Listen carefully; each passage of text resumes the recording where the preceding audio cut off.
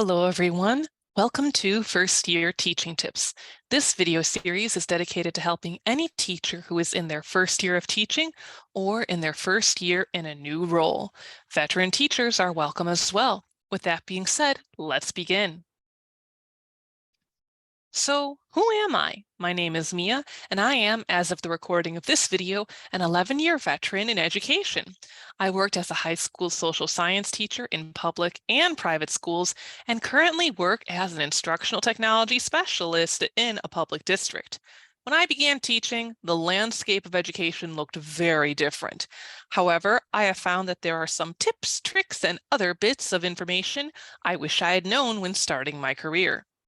Some of this advice comes from my own experiences, and some of it comes from what others have taught me. So let's dive into this video's tips about seeking tech help when technology does not work. Tip number 1, when seeking tech help, provide specific details in writing. As an instructional technology specialist, there have been times when my colleagues have tried to describe tech issues verbally to me. I highly recommend writing emails with specific details so that there is a record of the issue. In the next few tips, I am going to cover what details should be shared depending on the scenario. Tip number 2. When there is an issue with a student account, share the student's first and last name as well as their ID number. When communicating with tech support about a student's account or issue with a student's device, it is best practice to share the student's first and last name as well as the ID number so that the tech personnel can look up the student's information. Simply stating that there is an issue with a student account is not enough information for adequate help to be provided. Tip number 3. If there is an error message on the screen, write it down to share with others. Writing the specific error message out in an email will make it easier for the information to be provided to others.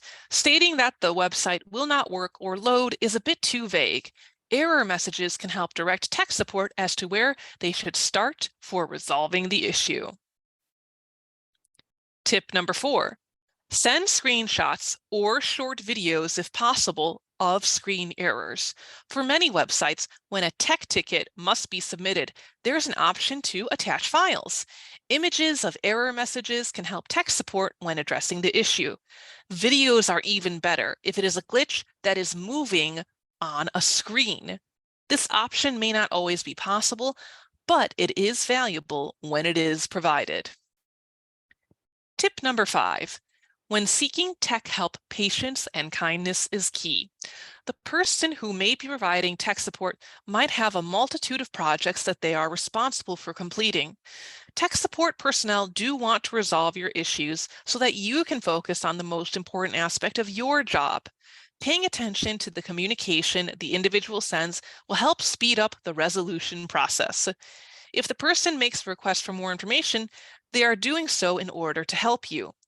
If they do not request more information or share any updates, that most likely means they or others are working on resolving the problem.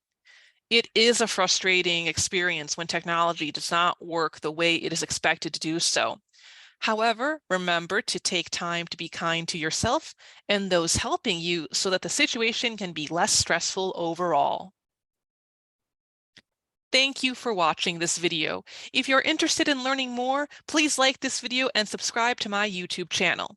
You can also go to my website, www.guidegrowtech.com, for even more information on a variety of topics. Finally, I hope this video helped you grow in your knowledge of this topic. Take care.